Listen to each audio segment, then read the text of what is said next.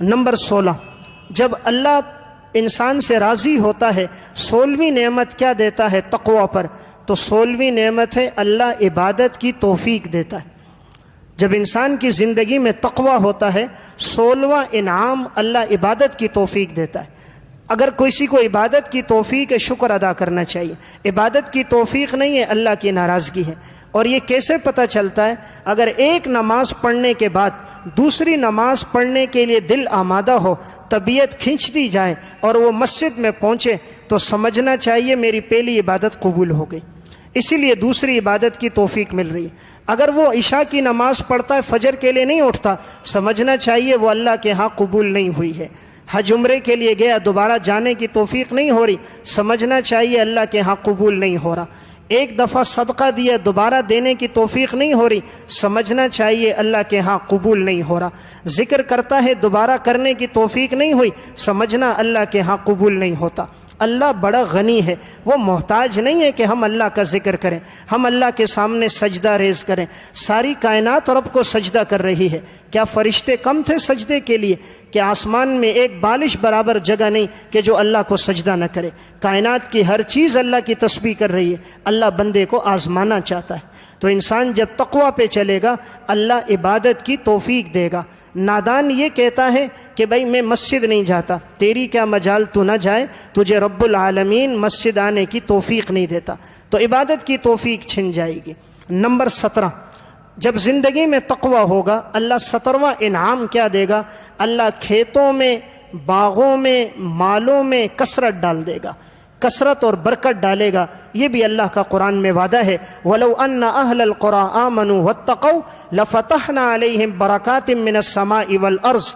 اے زمین اور آسمان والو تم تقوی اختیار کرو، ہم زمین آسمان کے برکت کے دروازے کھول دیں گے۔ آسمان سے بھی برکت کھلے گی، خوب بارش ہوگی، زمین سے بھی برکت ہوگی، ہر قسم کا غلہ اگائے گی، جو انسان چاہے گا وہ غلہ ہوگا۔ آج ہم کتنی فصلیں چاہتے ہیں لیکن وہ غلہ نہیں اگتا، یہ گناہ کی وجہ سے ہے کہ زمین وہ نہیں اگا رہی جو ہم چاہ رہے ہیں، زمین وہ اگا رہی ہے جو ہم نہیں چاہ رہے، یہ گناہ کا نقصان ہے۔ نمبر 18، جب تقوی کی زندگی ہوگی اللہ 18واں انعام یہ دے گا کہ اللہ غموں سے نجات دے دے گا۔ انسان کی زندگی میں غم نہیں ہوں گے، پریشانیاں نہیں ہوں گی۔ آج تقریباً ہر آدمی کسی نہ کسی غم میں مبتلا ہے، کوئی اولاد کے غم میں کہ اولاد نافرمان ہے، کوئی بیوی کی بد اخلاقی کے غم میں مبتلا ہے، کوئی بیوی کی بیماریوں کے غم میں مبتلا ہے، کوئی اپنے لا علاج بیماریوں کے غم میں مبتلا ہے، کوئی نوکری نہ ملنے کے غم میں مبتلا ہے، کوئی سواری کے ٹھیک نہ ہونے کے غم میں مبتلا ہے، کوئی مکان کے کرائے کے زیادہ نہ ہونے پہ غم میں مبتلا ہے، کوئی اخراجات کے بڑھنے کے غم میں مبتلا ہے۔ یہ سب رب سے دوری ہے۔ تو اللہ نے کہا جب مجھ سے دور ہوگے میں تمہیں غموں میں ڈال دوں گا، ایک غم سے نکلو گے نہیں دوسرے میں، اور جب تم تقوی میں آؤ گے تو میں تمہیں کیا دوں گا؟ تو فرمایا من لزم الاستغفار جعل اللہ لہ من کل ہم فرجا، میں تمہیں ہر غم سے نکال دوں گا۔ تم استغفار کرو، اپنے گناہوں پہ ندامت کا اظہار کرو، میں تمہیں ہر پریشانی اور غم سے نکال دوں گا۔ نمبر 20، نمبر 19، اللہ 19واں تحفہ کیا دے گا کہ جو تقوی پہ چلے گا اللہ اس کو کرامتیں ادا کرے گا۔ کرامات، کرامات کسے کہتے ہیں؟ خارق للعادت چیزیں، عادت کے برخلاف چیزیں اللہ اس کے ہاتھ پہ صادر کرے گا کہ دنیا میں جو ہو رہا ہے اس کے برخلاف اللہ اگر کسی نیک آدمی کے ہاتھ پہ صادر کرے اس کو کرامت کہتے ہیں۔ میں 2 واقعات عرض کرتا ہوں جس سے اندازہ ہوگا کرامت کیسی ہوتی ہے۔ یہ واقعہ امام دمیری نے حیات الحیوان میں لکھا۔ عبداللہ ابن عمر رضی اللہ تعالیٰ عنہ راستے سے گزر رہے تھے، راستے میں دیکھا کہ ایک شیر کہیں آ چکا ہے اور وہ کھڑا ہے، تمام لوگ خوفزدہ ہو کر اور گلیوں میں پیچھے بھاگ رہے ہیں، کوئی مسجد کی طرف نہیں آ رہا۔ راستے میں شیر کھڑا تھا تو کسی نے کہا حضرت جب تک یہ شیر درندہ ہے کوئی مسجد کی طرف نہیں آئے گا۔ عبداللہ ابن عمر آگے بڑھے، کسی نے منع کیا حضرت مت جائیے، یہ درندہ تو آپ کے مقام کو نہیں جانتا کہ آپ حضور کے صحابی ہیں۔ فرمایا نہیں کوئی حرج نہیں، یہ مجھے کوئی نقصان نہیں دے گا۔ عبداللہ ابن عمر آگے گئے اور شیر کے کندھے پہ یوں ہاتھ رکھا اور تھپکی دی، کہا مجھے پتہ ہے اللہ تجھے اس پہ مسلط کرتا ہے جس سے رب ناراض ہوتا ہے۔ تجھے رب اس پہ مسلط کرے گا جس سے خدا ناراض ہوگا۔ یہ بستی والے نیک لوگ ہیں، الحمدللہ عبادت کرنے والے ہیں، یہاں کوئی ایسا نہیں جس پر تو مسلط ہو۔ جا، یہ راستہ جنگل کا ہے، وہاں جا۔ تھپکی دی اور وہ شیر جنگل کے راستے کی طرف چل پڑا۔ جب تقوی پہ چلے گا اللہ کرامتیں ادا کر دے گا، جانور نقصان نہیں دے گا۔ یہ جانور کے قتل کا حملہ، جانور کا حملہ کرنا اللہ کے حکم سے ہے، تو اللہ جانور کے دل میں پھر محبت ڈال دیتا ہے کہ وہ حملہ نہیں کرتا ہے انسان پر، وہ سمجھ جاتا ہے، رب اسے اتنی فراست دے دیتا ہے کہ یہ رب کا فرما بردار ہے، تم نے اسے نقصان نہیں پہنچانا۔ ابراہیم ابن ادہم رحمہ اللہ بڑے اللہ والے بزرگ گزرے۔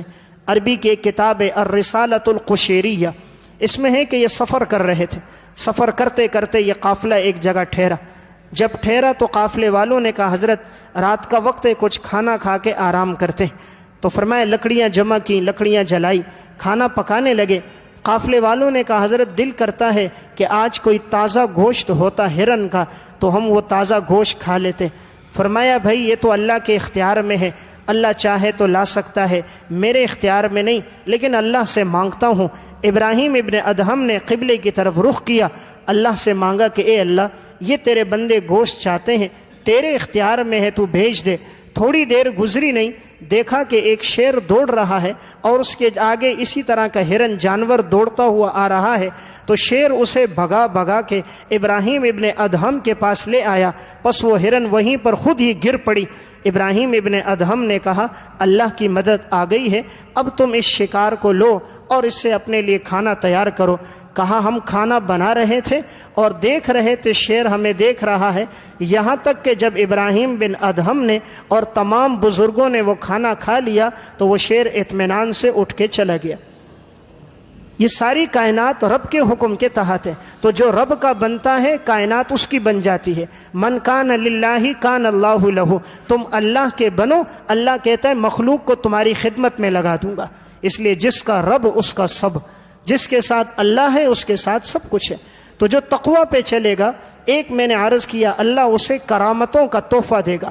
حضرت خالد بن ولید رضی اللہ تعالیٰ عنہ، جہاد ہو رہا تھا، جہاد کے دوران مجوسی لوگ پکڑے گئے۔ امام رازی نے تفسیر کبیر میں اس واقعے کو بسم اللہ الرحمن الرحیم کی تفسیر میں لکھا۔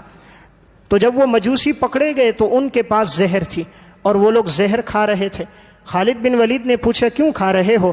تو کہا یہ زہر ہم نے اس لیے رکھی ہے کہ اگر دشمن ہمیں پکڑ لے تو ہم زہر کھا لیتے ہیں تاکہ وہ ہمیں زیادہ تکلیف نہ دے، اور اس سے ہم خودکشی کر لیتے ہیں۔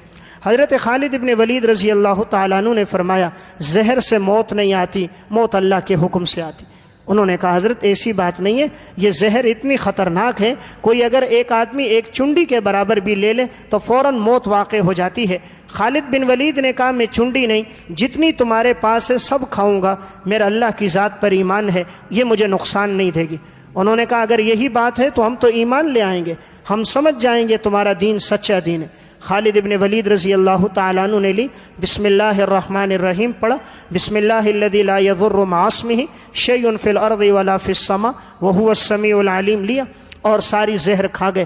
سارے مجوسی دیکھ رہے ہیں کب یہ گرتے ہیں اور ان کا انتقال ہوتا ہے۔ کافی دیر ہو گئی، کچھ نہ ہوا، پیشانی پہ ہلکا سا پسینہ آیا اور اس پسینے کو صاف کیا۔ انہوں نے جب دیکھا تو سمجھ گئے واقعی یہ سچا دین ہے، تو سب پکار اٹھے کہ تمہارا دین سچا دین ہے۔ تو زہر میں مارنے کی طاقت نہیں، اللہ کے حکم میں طاقت ہے۔ تو 19واں فائدہ، جو تقوی پہ چلے گا اللہ اسے کرامتیں دے گا، اللہ اسے عادت کے برخلاف چیزیں دے گا، وہ جو چاہے گا اللہ اس کو عطا کر دے گا۔ حضرت شیخ عبد القادر جیلانی رحمۃ اللہ علیہ بڑے متقی اور پرہیزگار انسان تھے۔ یہ اس امت کے وہ انسان ہیں، ان کے بارے میں شیخ عبد الحق نے لکھا ہے، فرماتے تھے ایک پاؤں کے سہارے پر انہوں نے پورا قرآن پڑھا، ایک پاؤں کا سہارا لیا، پورے قرآن کی تلاوت کی۔ اس امت میں ایسے لوگ آئے جنہوں نے ایک رکعت میں پورا قرآن پڑھا ہے۔ 4 آدمی ہیں، 2 صحابہ میں، 2 تابعین میں۔ صحابہ میں حضرت عثمان اور حضرت تمیم داری، تابعین میں امام اعظم ابو حنیفہ اور سعید ابن جبیر۔ یہ اس امت کے وہ 4 آدمی ہیں جنہوں نے ایک رکعت میں پورا قرآن پڑھا۔ آج تو امام ایک رکوع پڑھ لے تو ہماری حرکتیں دائیں بائیں شروع ہو جاتی ہیں. کوئی جسم کو خارج کرتا ہے, کوئی پاؤں پہ کھجلی کرتا ہے, کوئی ایک پاؤں اٹھاتا ہے دوسرا رکھتا ہے. اگلے دن سے اس مسجد میں نہیں آتے کہ یہاں قرات طویل ہو رہی ہے. ہمارے ایمان کی کمزوری ہے. ورنہ مسلمان تو ایسے گزرے تھے جو ایک رکعت میں پورا قرآن پڑھتے تھے, ہم تو ایک رکوع نہ پڑھ سکے. تو بہرحال 19ویں بات میں نے عرض کی, تقویٰ پہ چلیں گے اللہ کرامتیں دے گا. نمبر 20, جو تقویٰ پہ چلے گا اللہ اسے جنت کی بشارتیں دے گا. جنت کی بشارتیں اس شخص کے لیے ہیں جو تقویٰ کی زندگی پہ چلے. سورہ مریم آیت نمبر 63 میں اللہ تعالیٰ نے تقویٰ پہ چلنے والوں کے لیے بشارت کو بیان کر دیا کہ جو تقویٰ پہ آیا ہم نے اس کے لیے جنت تیار کی. تلک الجنت التی نورث من عبادنا من کان تقیہ. پس تم لوگ جنت پہ کو اگر چاہتے ہو تو تم پرہیزگار اور متقی بن جاؤ, ہم تمہیں جنت کے وارث بنا دیں گے.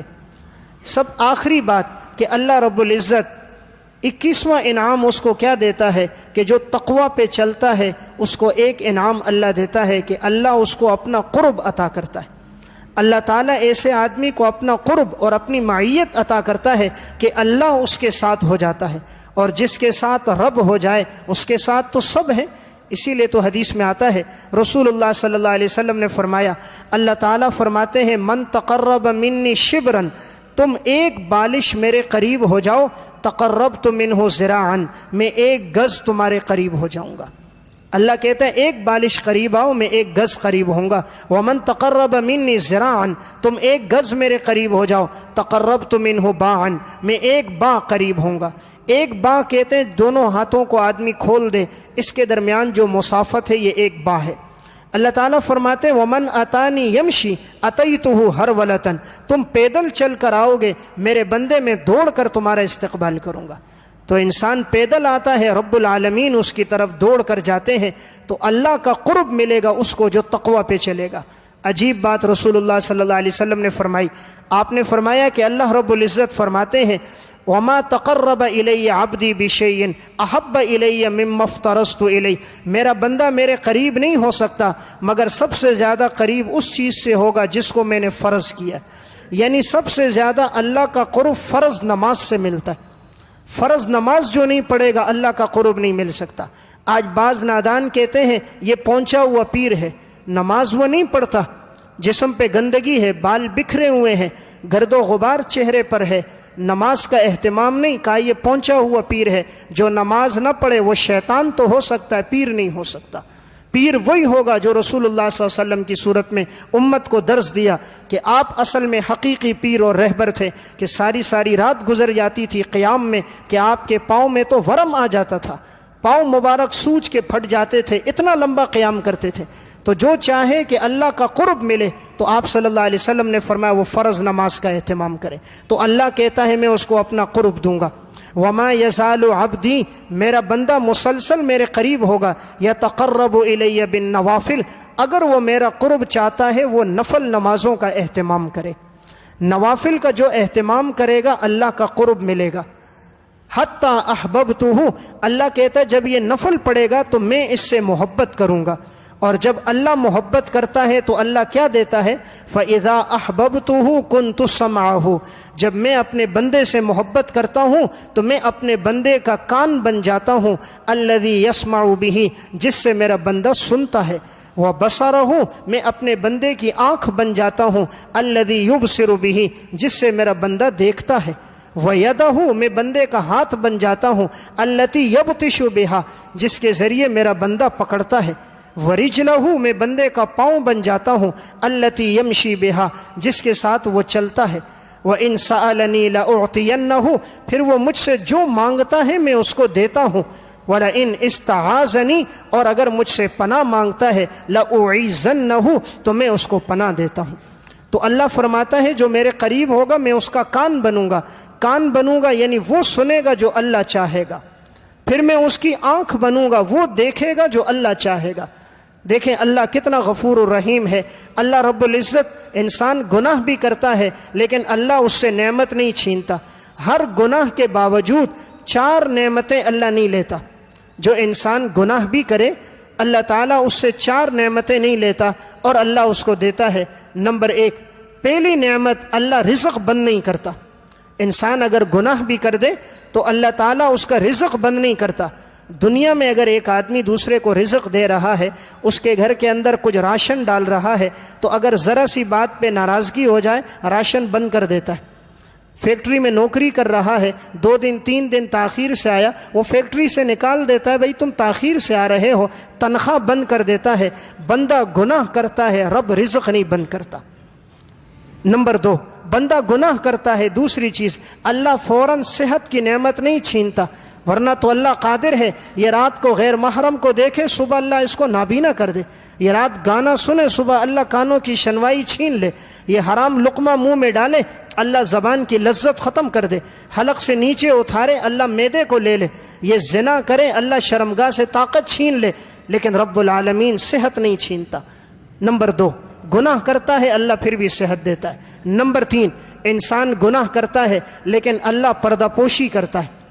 دیکھیں انسان رات کو کتنے بڑے گناہ کر رہا ہے، لیکن اللہ ستار ہے، اس پہ پردہ ڈال رہا ہے۔ اگر ہمارے گناہوں کا معاشرے کو پتہ چل جائے، کوئی شاید ہمیں سلام نہ کرے کہ اس کی رات کس گناہ میں گزری ہے، لیکن وہ ستار ہے، گناہوں پہ پردہ ڈالتا ہے۔ اور نمبر 4، چوتھی چیز، وہ گناہ پہ فوراً گرفت نہیں کرتا، بعد میں گرفت کرتا ہے، ان بطش ربک لشدید، لیکن فوراً گرفت نہیں کرتا۔ دیکھیں آج اگر بجلی کا بل 1 مہینے نہ بھرا، دوسرے مہینے نہ بھرا، بجلی والے آتے ہیں بجلی کاٹ کے چلے جاتے ہیں، بھائی کیوں بجلی کاٹ دی، تو نے بل نہ بھرا۔ انسان زندگی بھر 20 سال 25 سال سے غیر محرم کو دیکھ رہا ہے، لیکن رب نے کبھی بھی آنکھوں کی روشنی کو نہیں کاٹا، اس کو ختم نہیں کیا کہ یہ غیر محرم کو دیکھ رہا ہے تو ہم روشنی ختم کر دیں۔ آج انسان کتنا وہ چیز سنتا ہے جو رب نے منع کیا ہے، لیکن کانوں کی شنوائی اللہ نہیں چھینتا۔ آج اللہ نے جس سے منع کیا انسان وہ کھا رہا ہے، لیکن زبان کی لذت اللہ نہیں ختم کرتا۔ تو یہ ساری چیزیں اللہ نے اس لیے باقی رکھی تاکہ میرا بندہ لوٹ کر آئے۔ تو آج کے درس میں یہ 21-22 انعامات کا ذکر ہوا، زندگی باقی رہی تو 20 انعامات کا بقیہ تذکرہ انشاءاللہ آئندہ اتوار کے درس میں ہوگا۔ تو آج کے درس کا خلاصہ زندگی میں تقوی لانا ہے، تو اس کی برکات ہم اپنی زندگی میں پائیں گے۔ اللہ مجھے اور آپ کو عمل کی توفیق دے۔ ربنا آتنا فی الدنیا حسنہ وفی الآخرۃ حسنہ وقنا عذاب النار۔ اللہم